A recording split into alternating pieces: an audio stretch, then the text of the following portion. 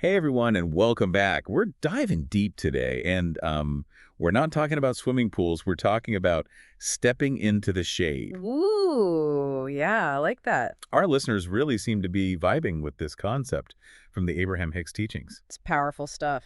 And you know me, always up for exploring new ideas. I did my homework, dug into the articles and teachings, and I gotta say, I'm intrigued. But for those hearing about this for the first time, what is this whole stepping into the shade thing all about? Well, it's not about actually finding a shady tree to sit under, although that's never a bad idea. Right, not literally. It's more about shifting your energy. Imagine you're in the middle of a disagreement. Things are getting kind of heated, Oh, right? I know that feeling. Yeah, we've all been there, right? And you're about to say something you might regret. Stepping into the shade is like hitting that pause button. Okay, so it's about taking a step back from that reactive state. Exactly. It's about recognizing when you're getting sucked into negativity and making a conscious choice to disengage. So instead of just reacting in the heat of the moment, You find your center. you find that calm space within. Yes. And then you can respond, not just react. Respond from a place of inner strength, not just being emotionally triggered. Exactly. It's about moving from that reactive state to a more empowered space. So how do we actually do that? I mean, it sounds great in theory, but give me the step by step. What does it look like to step into the shade? Well, Abraham Hicks lays out 4 key steps. And the first one is all about awareness Awareness of. of the heat, recognizing when you're in it. Okay, so how do we recognize this so-called heat? What does that even feel like? Think about a time when you felt overwhelmed. Oh, like when my to-do list is a mile long and everyone wants a piece of me? Yes. Or when you're just bombarded with bad news. That feeling of stress, of pressure, of too much, that's the heat. So step one is to recognize those feelings, to become aware of when we're getting pulled off center. What's next? Step 2 is all about shifting your focus. Okay, so instead of dwelling on what's stressing us out, You find something, anything, that brings you a sense of relief. Could be a happy memory, a few minutes of fresh air, anything that helps you detach from the negativity, even just for a little bit. so we're not ignoring the problem. No, not at all. We're just giving our minds a break from it. Yes, like a mini vacation for your mind. I like that. Okay, so we've recognized the heat, we've shifted our focus. What about those times when the heat is coming from outside of us, like a stressful work project or, even just being around negative people? That's where boundaries come in, right? Absolutely. That's step 3, setting those healthy boundaries. And that can look like. It could be as simple as turning off the news, or saying no to one more commitment, or even just taking a few minutes to yourself to recharge. So it's about protecting our energy, even in small ways. Yes, exactly. And then there's step 4, which can be a little trickier for some. Oh, I think I know where you're going with this, the letting go part. You got it. Surrendering to something bigger than ourselves.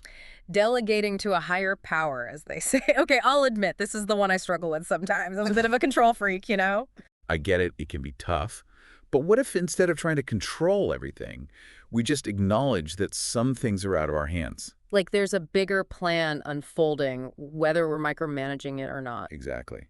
Trusting that there's a universal intelligence, a source energy, call it what you will, that's always working in our favor, Even when it doesn't feel like it. especially when it doesn't feel like it. That's where the real surrender comes in.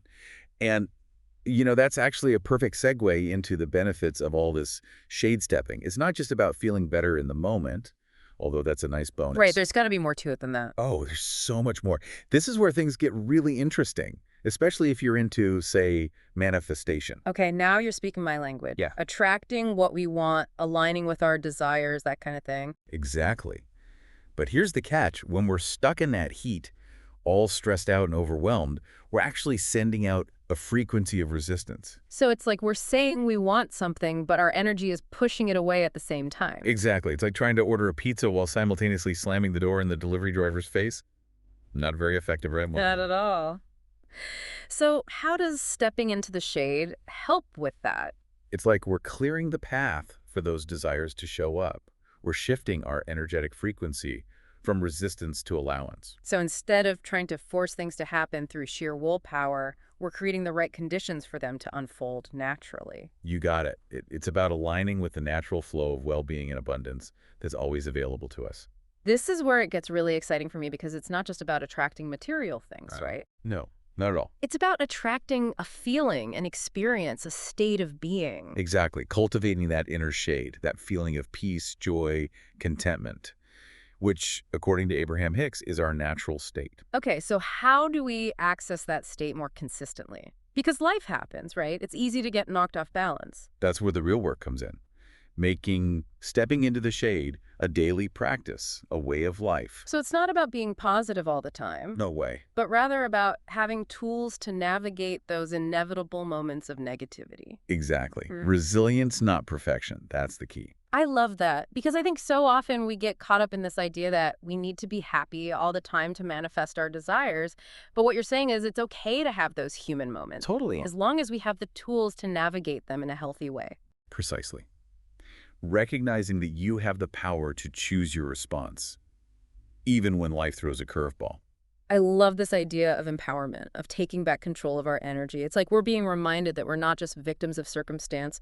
We have the power to create our own reality. And when you step into that place of empowerment, that's when the magic really starts to happen. Doors open, synchronicities appear. You start to see those little winks from the universe. Yes.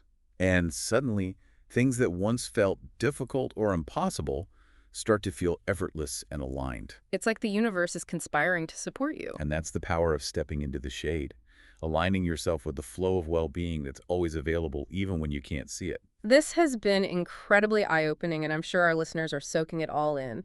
But before we wrap up, I want to go back to something you mentioned earlier about source energy. Can you elaborate on that a bit more? What exactly do we mean when we talk about source energy? Sure.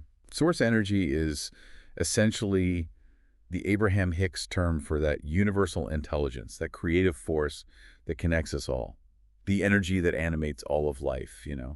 So when we talk about aligning with our source energy, Yes. we're talking about tapping into that wellspring of creativity, wisdom, and abundance that exists within each of us. Precisely. Recognizing that you are not separate from that source, but rather an extension of it. And that's where the real power lies, right? Absolutely. Recognizing that we are not alone in this journey, that we have access to an infinite source of support and guidance whenever we need it. Absolutely. Mm-hmm. And stepping into the shade is one powerful way to access that support. This has been an amazing conversation, truly. I'm feeling so inspired by this whole concept of stepping into the shade. What are your final thoughts for our listeners as they continue to explore this idea in their own lives? It's really about recognizing that well-being isn't like a luxury or something you get to after everything else is handled. It's the foundation.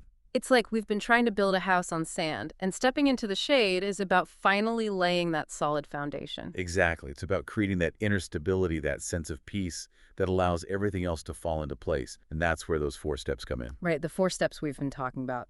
Recognize the heat, shift your focus, set those healthy boundaries, and, of course, that final step of surrender. Which I know can be a tough one. But it's so essential because that's where we tap into that source energy, that universal intelligence that's always there to support us, even when we can't see the whole picture, even when things feel messy or uncertain. It's about trusting in something bigger than ourselves, something beyond our limited human perspective. Yes. And that trust, that surrender, is what allows us to receive the guidance, the inspiration, the solutions we need. It's like we're finally getting out of our own way. Exactly. And that's when the magic really starts to happen. This has been an incredible conversation, truly eye-opening. And I think the biggest takeaway for me, and hopefully for our listeners, is that stepping into the shade isn't just some woo-woo self-help concept. It's a practical, powerful tool for creating real change in our lives. It absolutely is. It's about taking back control of our energy, our emotions, and ultimately our experience of life. And on that note, we'd love to hear from you, our amazing listeners. Have you experimented with stepping into the shade in your own life? What shifts have you noticed? And until next time, happy shade stepping, everyone.